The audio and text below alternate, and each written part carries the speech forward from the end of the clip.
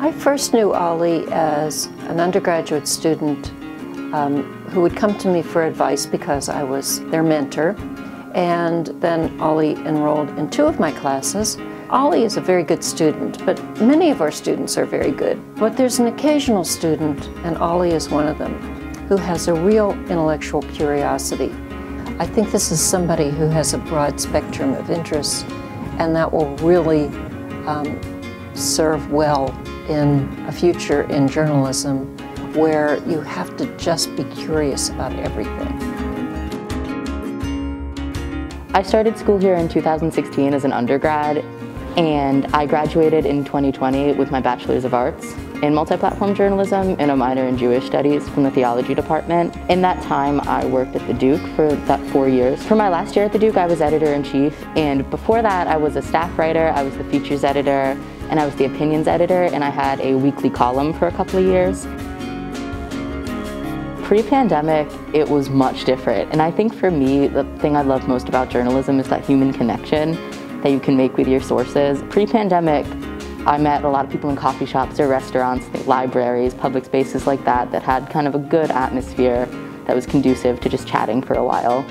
And I always try to make my sources laugh, so I can kind of establish, like, there's a level of comfort there. And I think having that connection makes a better story because your source trusts you, so they tell you things, you know. There's a sharing of experience as well as a sharing of words.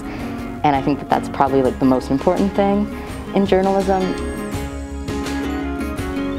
When the pandemic initially hit in the spring and it became clear that we were going to transition everything to online only, it was kind of a jarring moment because everything I'd learned and everything I'd perfected in the last 4 years working at the Duke as a journalist was suddenly, I had to do things differently now.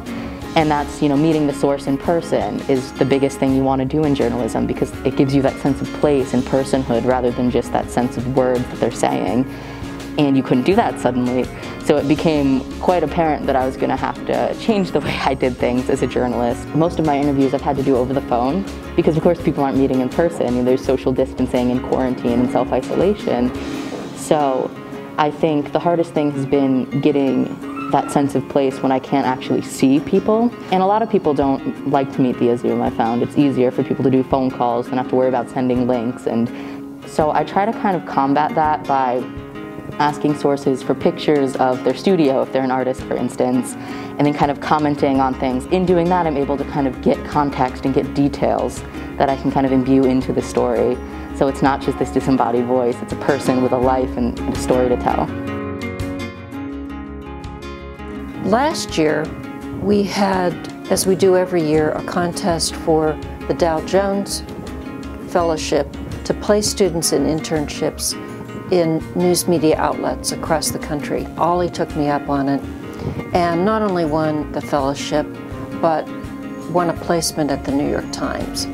And that internship is one that they will be doing this coming summer because of the pandemic in New York, working as a reporter at the New York Times. It doesn't get much better than that. The one mantra I've kind of had throughout this entire fiasco of COVID is that we're in history. We are living in a moment that will be historic. And I think that's kind of given me solace throughout some of it, thinking that I'm part of something larger than myself and telling the stories that people will read in history books in 50 years, in 100 years. That's also part of our duty now, is to make sure these stories are told fairly in the future, and especially in terms of the political sphere, what went down there.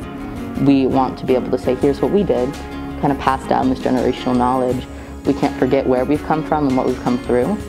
So I think that's important too.